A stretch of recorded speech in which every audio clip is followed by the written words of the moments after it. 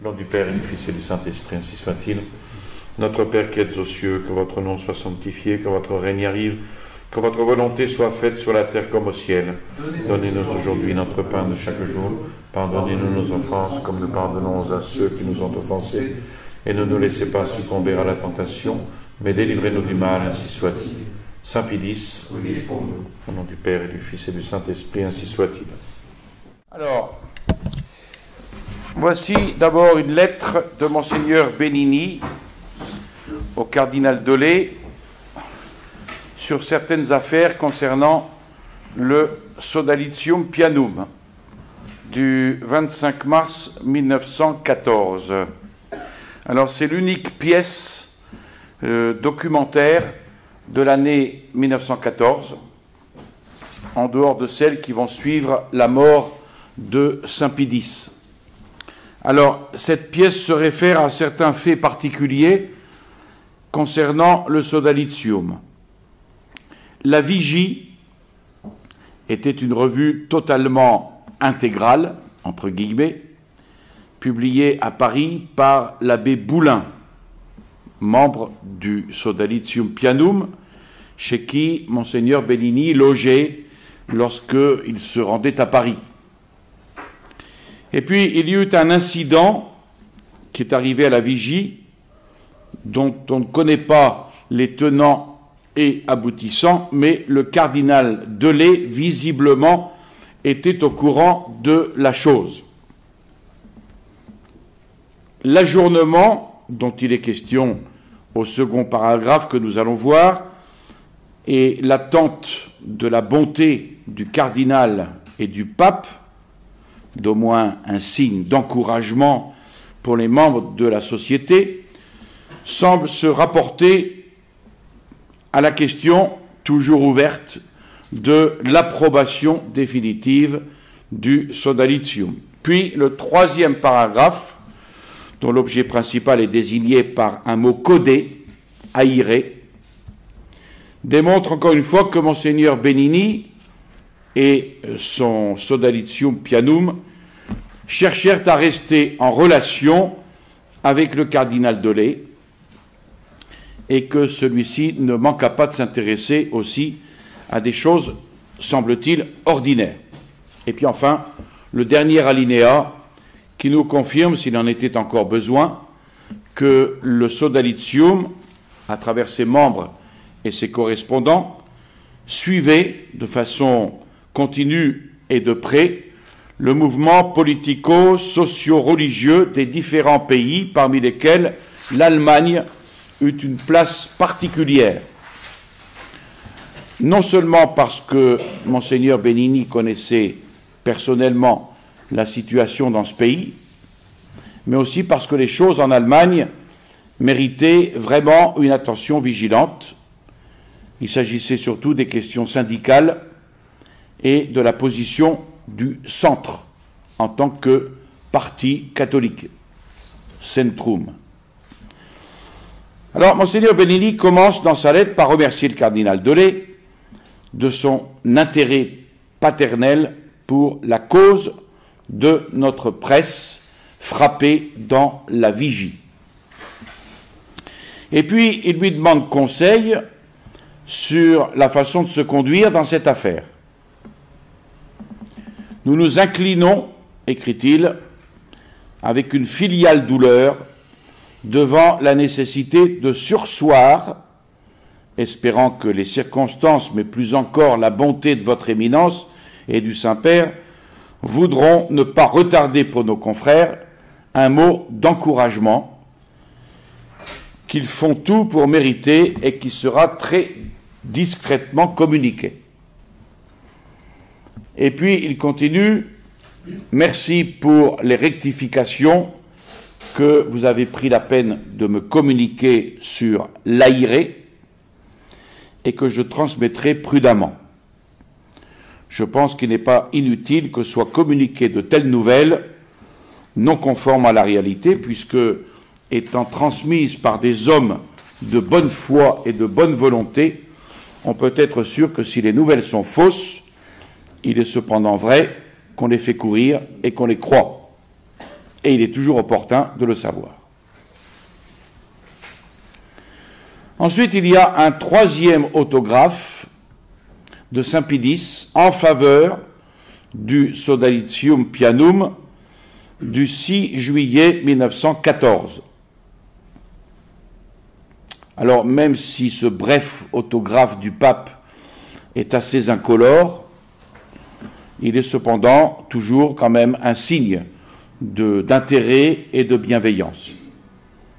Il n'y a pas besoin forcément de s'exprimer de manière très, très longue, mais un petit mot de Saint Pidis montrait son intérêt et sa bienveillance. À nos chers fils, nous félicitons cordialement avec eux de leurs efforts. Nous souhaitons toutes sortes de biens et de joie salutaires dans le Seigneur, et nous accordons en gage de notre toute particulière bienveillance du fond de notre cœur la bénédiction apostolique. Ce sont des mots qui suffisent. Ensuite, le cardinal, Monseigneur Benigni écrit au cardinal Delay, à la suite de la mort de Saint Pidis, et il lui annonce la dissolution du Sodalitium Pianum, 22 août 1914.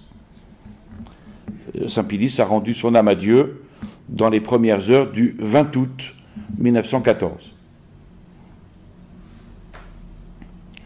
2 jours après, donc, en accord avec le Conseil central, Monseigneur Benigni fait savoir au cardinal Delay la dissolution du Sodalitium Pianum. Alors, il faut dire que la situation dans laquelle le Sodalitium Pianum venait à se trouver après la disparition de Saint Pidis qui le protégeait, avec les hostilités et les critiques que l'on sait, sans avoir pu obtenir, malgré, on l'a vu, les tentatives répétées, une approbation canonique formelle, eh bien, elle était plus que jamais incertaine et problématique, cette situation. Donc tout cela va inciter Monseigneur Benigni et ses conseillers à dissoudre la société.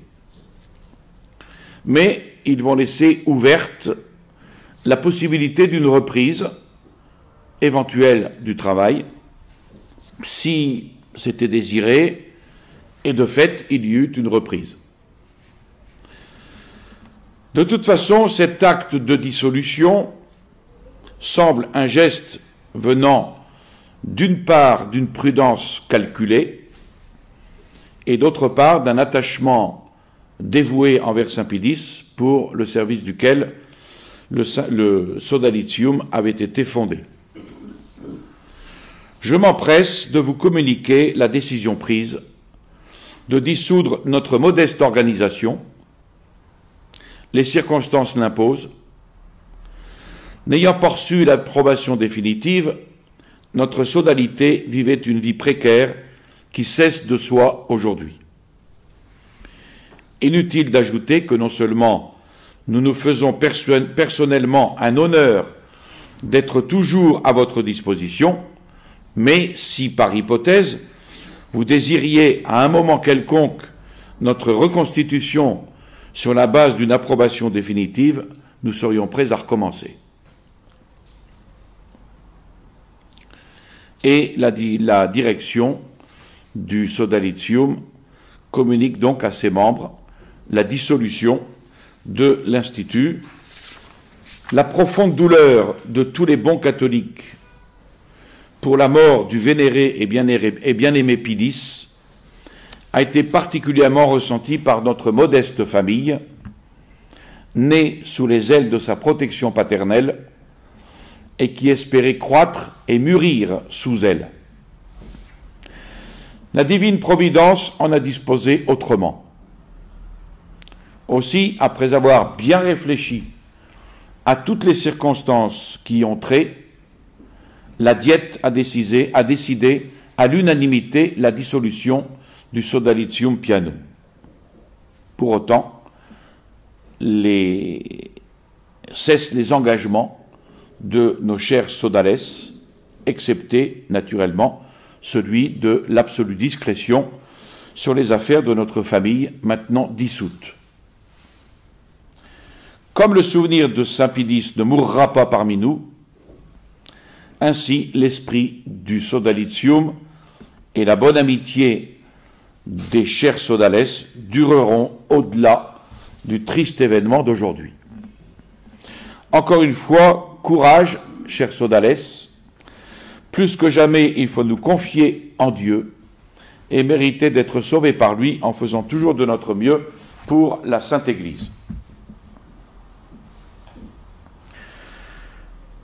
Le 24 juin 1915, Monseigneur Benigni écrit au cardinal Delay au sujet de la reconstitution du Sodalitium Pianum, et il y joint les statuts qui ont été ajournés. Alors, les profonds changements de l'année 1914, la guerre mondiale, la mort de Pidis, la succession de Benoît XV, la nomination à la secrétairerie d'État, après la mort du cardinal Ferrata, de Gaspari, tout cela ne pouvait pas engendrer d'espoir pour une reprise du Sodalitium Pianum dissous. De plus, il faut rappeler la violente diatribe de l'archevêque d'Albi, Monseigneur Mignot, contre tout le système des catholiques intégraux et la levée de bouclier de tous les mécontents de la fermeté de Saint Pidis dans la répression du modernisme et de toutes ses sous-espèces, pour se convaincre qu'une renaissance du Sodalitium n'était pas du tout facile ni probable. On imagine l'ambiance, Saint Pidis est mort, allons-y, profitons-en. Revenons sur scène. Malgré cela, voici que en juin 1915, donc presque un an après la mort de Pidis, Monseigneur Benigni est de nouveau en pourparlers avec le cardinal Delay au sujet de la reprise du Sodalitium. En fait, dans l'échange des lettres, on remarque qu'il y avait un échange d'idées sur la possibilité ou l'opportunité de ressusciter le Sodalitium. Comme conséquence de ces contacts, Monseigneur Benigni présente donc 2 copies de statuts, très peu modifiées, qui auraient dû se substituer non seulement au précédent statut, mais aussi au programme, lequel, après le changement des temps, n'était plus à l'unisson, puisque l'intégralisme, entre guillemets, rigide, n'était plus à la mode. Alors, la teneur des statuts modifiés est, vous allez voir, sensiblement la même que celle d'avant. Donc, premier point, le Sodalitium ou Ligue de Saint-Pie V. Rappelez-vous, c'était le nom du saint pontife qui avait été le vaillant défenseur de l'Église et du monde catholique contre les ennemis intérieurs et extérieurs au début de l'ère moderne. Donc ce Sodalitium, ou cette ligue, est une entente romaine de catholiques, pleinement fidèles à l'Église et à son chef, le pape, ayant pour but de les défendre contre la secte dans toutes ses manifestations et contre tous ses complices. Deuxième point, on retrouve les mêmes choses. Le Sodalitium invoque comme saint patron la Très Sainte Vierge comme secours des chrétiens, Auxilium Christianorum, dans les litanies, Saint Pierre et Saint Paul, prince des apôtres, et Saint Pie V.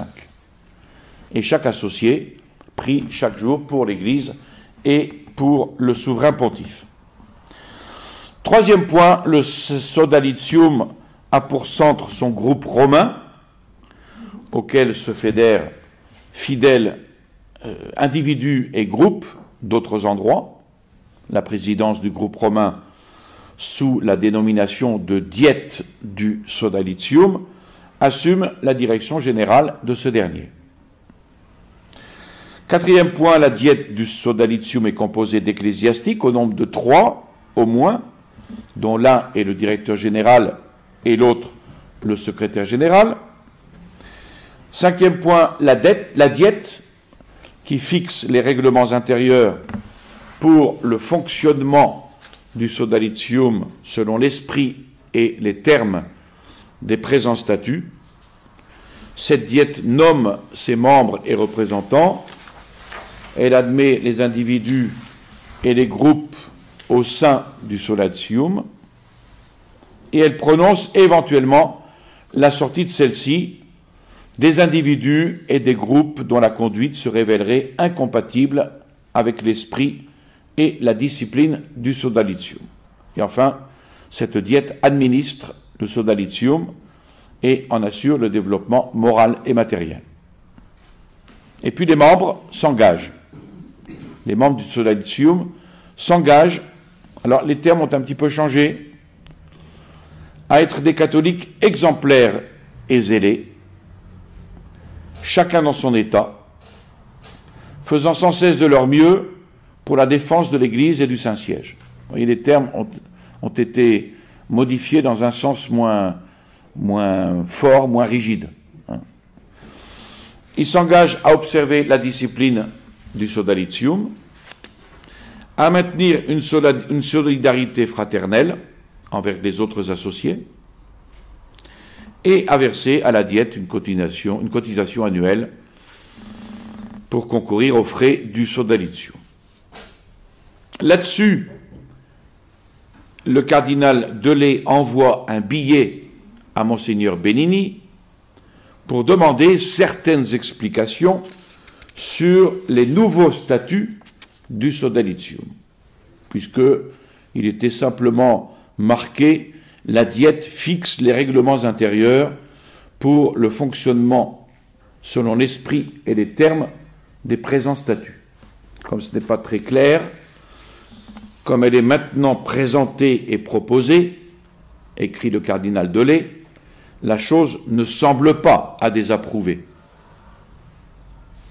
Resterait toujours bien à voir ce que signifient les termes de l'article 1, c'est-à-dire ayant pour but de défendre le pape contre la secte dans toutes ses manifestations et contre tous ses complices.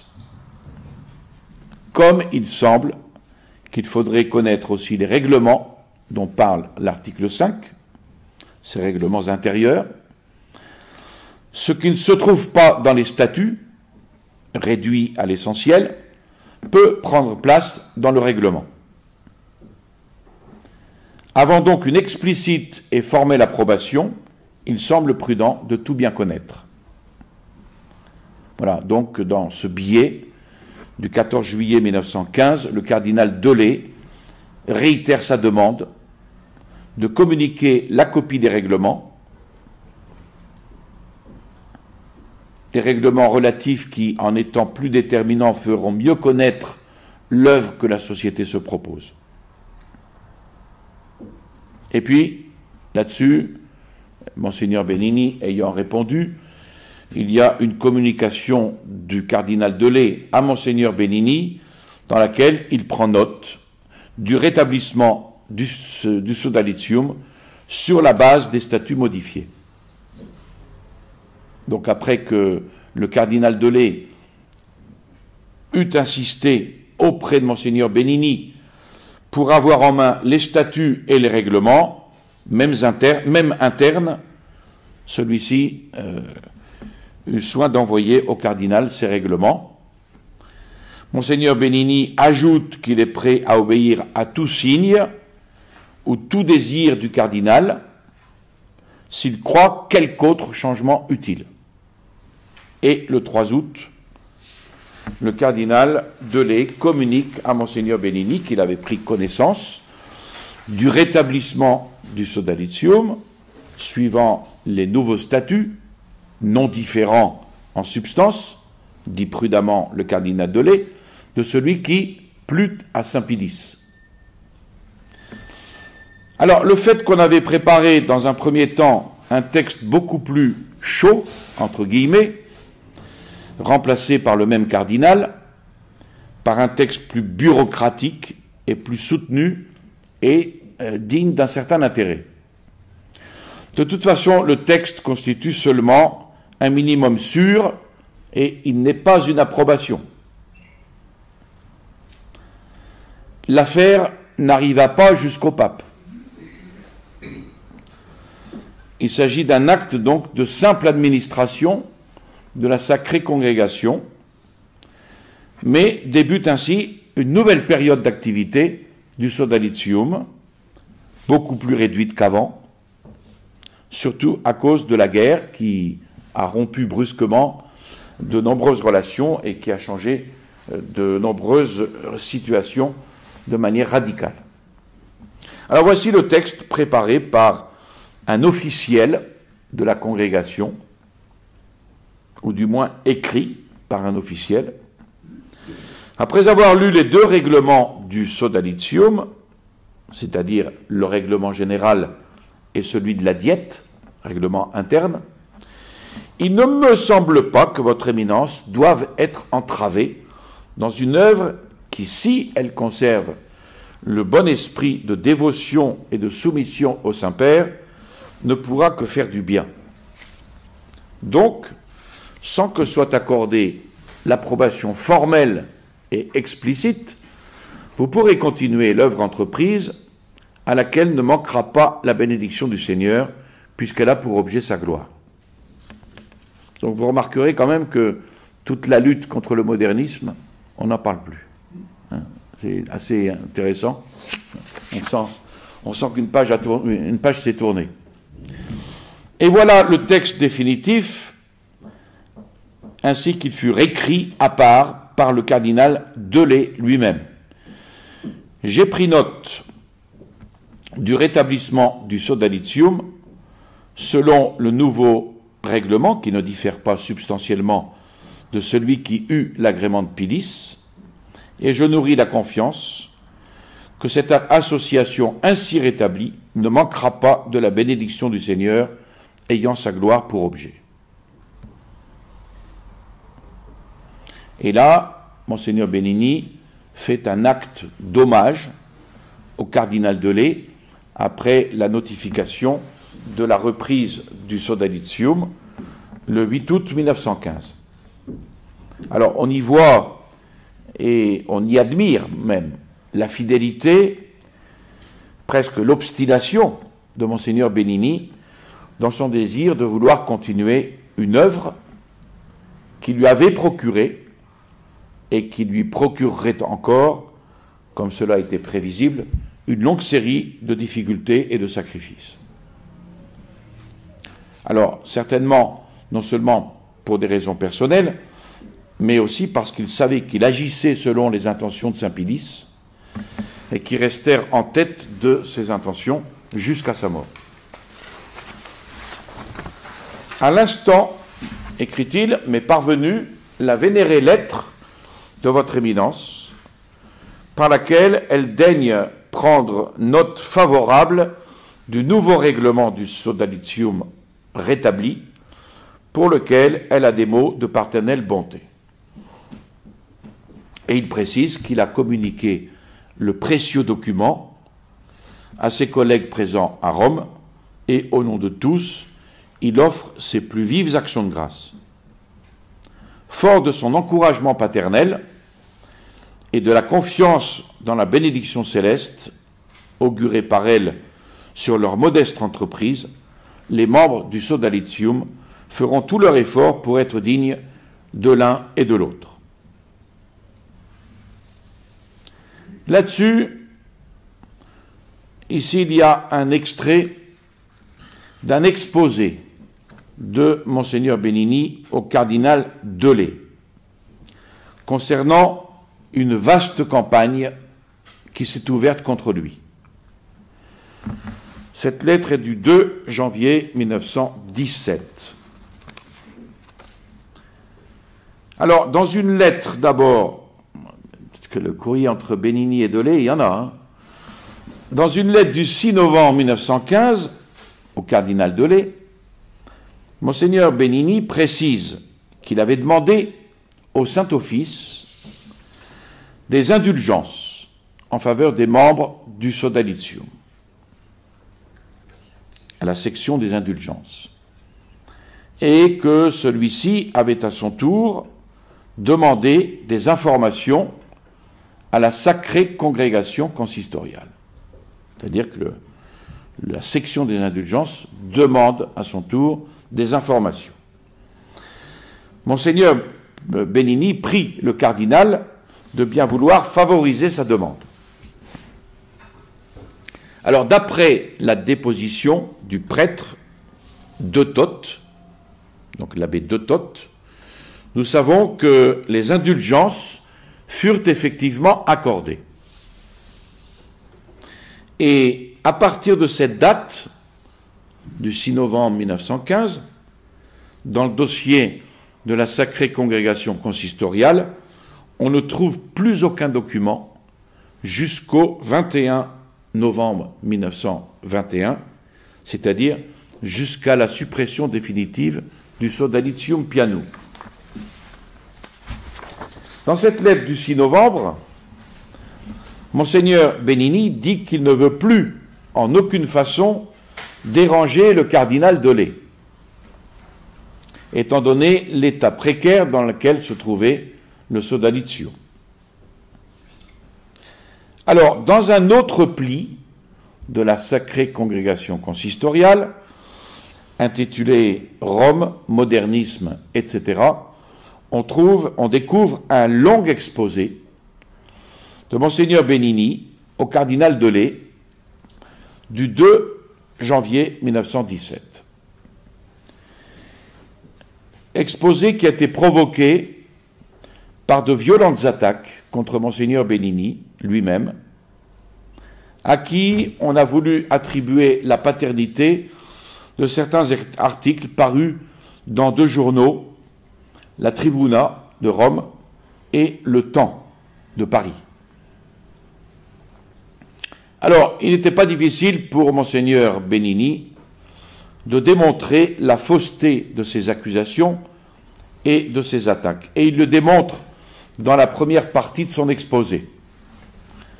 Mais l'intérêt se trouve surtout dans la deuxième partie, de caractère général, dans lequel le directeur du Sodalitium se plaint fortement de l'abandon, ou plutôt de l'hostilité ouverte qu'il avait rencontrée dès les débuts du nouveau pontificat, aussi bien de la part du Vatican que de ses représentants. Donc la page est bien tournée. Alors, l'exposé de Monseigneur Benigni, on peut le trouver un petit peu, il se plaint amèrement. On sent cette plainte amère de Monseigneur Benigni. Cet exposé correspond à la vérité, et il faut dire aussi que s'ajoutèrent et s'ajouteront aux affronts venus du dedans, comme il les appelle, ceux venus du dehors. Et on comprend que le pauvre homme, Benigni, qui, après tout et avec tous ses excès, avait cherché sincèrement à servir l'Église, dut-il en avoir le cœur plein d'amertume. Et en fait, depuis ces années-là, et jusqu'à sa mort, on trouve les traces de cette amertume qui expliquent beaucoup d'attitudes de Benigni âgé qui se retrouvèrent dans son comportement et dans son langage. Donc voici cette seconde partie. C'est là, en effet, dit-il, le point culminant de la monstrueuse campagne contre moi. Personne ne me parle. Le bon sens et la conscience ont dicté à votre éminence, comme ils l'ont dicté à toutes les personnes honnêtes qui sont venues à connaître la triste manœuvre, cette réflexion facile. Pourquoi n'interroge-t-on pas l'accusé? Pourquoi, sur mon influence dans le journal Le Temps écrit-on à Paris, en lançant la calomnie avec autant d'autorité, sans que personne m'ait fait signe, tellement que c'est un pur hasard si j'ai su l'affaire, par le fait qu'une personnalité parisienne, directement informée de la chose, en a parlé à un de mes amis. Pourquoi, sur mon inspiration de l'article de la Tribuna, le premier et le seul à m'en parler a été maintenant votre Éminence, de sa propre initiative, par pur hasard, à l'occasion d'une de mes visites. La preuve éclatante du caractère calomnieux de l'accusation, qui ressort de la lettre d'Aurélie au comte Santucci, a-t-elle été communiquée au milieu compétent qui avait prêté l'oreille à la calomnie? Ces questions mettent le doigt sur la plaie. Je suis un condamné, mais par-dessus tout, un condamné à ne pas être entendu. Sous l'actuel pontificat, aucun chef ou sous-chef ne m'a adressé une parole, ni en bien, ni en mal, ni personnelle, ni pour affaire. Les accusations monstrueuses s'accumulent contre moi, telles que, si elles étaient vraies, je serais coupable de haute trahison. Pas une parole, ni en chef, ni en père, ne m'a été adressée à leur sujet. L'explication d'une telle énigme est facile pour moi qui sais certaines choses depuis un bout de temps. La campagne actuelle faite contre moi au Vatican n'est qu'un épisode saillant de la guerre que m'a déclarée la secte du dedans, sœur et complice de la secte du dehors, du jour où je me suis mis à lutter à visage découvert contre la coalition libérale, démo-chrétienne, moderniste, saboteuse du catholicisme, ennemie ouverte ou fausse amie du Saint-Siège. Et là, Monseigneur Benigni rappelle deux épisodes, l'un à la veille et l'autre au lendemain de la mort de Saint Pie X. La presse moderniste d'Allemagne conduisit, dans les derniers mois de Pie X, une féroce campagne contre moi, m'accusant simplement de m'être vendu à la Russie et de lui avoir livré les secrets du Saint-Siège. La bonne foi, entre guillemets, d'une telle campagne était telle que le cardinal secrétaire d'État dut imposer d'autorité à la feuille récalcitrante et à l'évêque complice du lieu l'insertion en tête du journal du démenti total et officiel de la vile calomnie. Et puis, au lendemain de la mort de Saint Pie X, le professeur Humbard de la Tour, directeur du fameux Bulletin de la Semaine et pilier du modernisme et du néo-gallicanisme français, imprimé dans la Revue Bleue de Paris un article insultant pour Pie X qu'il critiquait et pour son successeur qu'il conseillait de façon hautaine. Dans cet article, il me couvrait d'insultes, m'accusant de nous être vendus, mon œuvre et moi, à l'Allemagne cette fois-ci, affirmant que toute ma campagne antilibérale et antimoderniste en France n'avait été qu'un service rendu à mes patrons d'Allemagne. Je cite des faits publics, écrit-il, des choses imprimées, chacun peut contrôler. Donc, en Allemagne, j'étais vendu à la Russie, et en France, j'étais vendu à l'Allemagne. Cette ridicule contradiction matérielle est une preuve palpable de l'unité morale de la campagne internationale de la secte du dedans contre moi. Aujourd'hui, une telle campagne s'intensifie à l'intérieur du Vatican. Mais ces inspirateurs avisés savent bien que leur succès dépend du silence de l'accusé. sinon plus de campagne.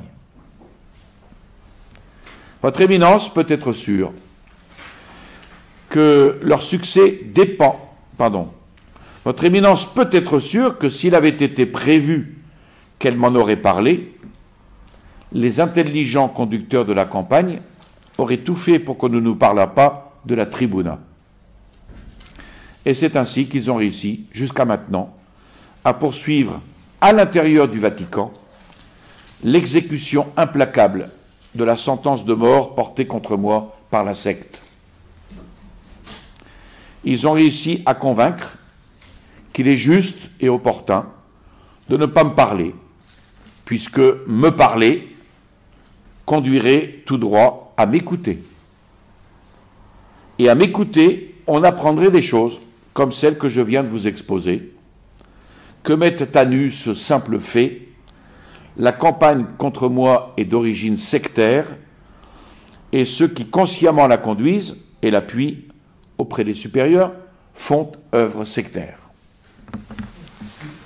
Alors, ce qui est quand même très surprenant, c'est le revirement aussi rapide après la mort de Saint Pédis. Je vous salue Marie, pleine de grâce, le Seigneur est avec vous. Vous êtes bénie entre toutes les femmes, et Jésus, le fruit de vos entrailles, est béni. Sainte Marie, Mère de Dieu, priez pour nous pauvres pécheurs, maintenant et à l'heure de notre mort, ainsi soit-il. Au nom du Père et du Fils et du Saint-Esprit, ainsi soit-il.